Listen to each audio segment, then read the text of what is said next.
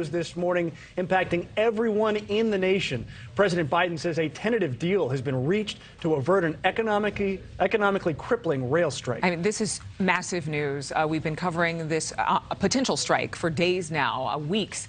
The rail companies and the unions did reach that tentative deal early this morning following about 20 hours of negotiations. We're covering every angle of this breaking news story. Lydia Moynihan will explain the economic impacts and how we expect the markets to react today. We're going to be talking live with a locomotive engineer about the new deal. But we start with Kelsey Kernstein. She is live at a local rail yard with the very latest. Kelsey.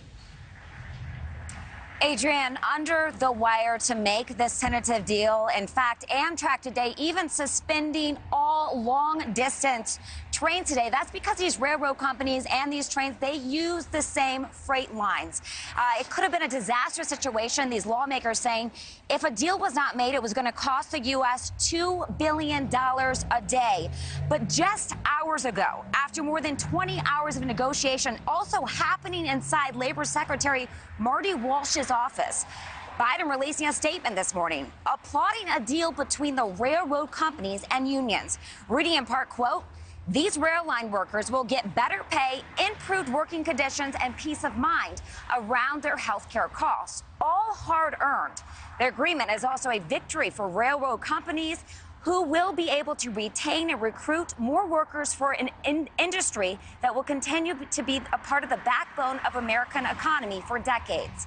And this morning, according to the Association of American Railroads, this new deal, it includes a 24% pay raise, retroacted between a 5-year period between 2020 and 2024. Now, it also includes an immediate payout on average of $11,000 upon ratification. Now, Congress, they were forced to get involved in this in reaching a deal between the unions and railroad companies.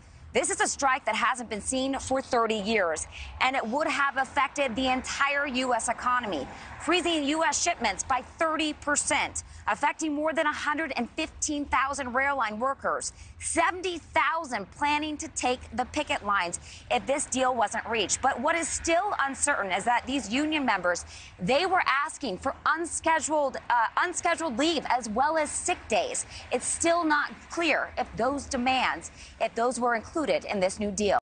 Adrienne and Mitch. All right. Thank you for watching. Go to newsnationnow.com to find NewsNation on your television provider. And don't forget to click the red subscribe button below to get more of NewsNation's fact-driven, unbiased coverage.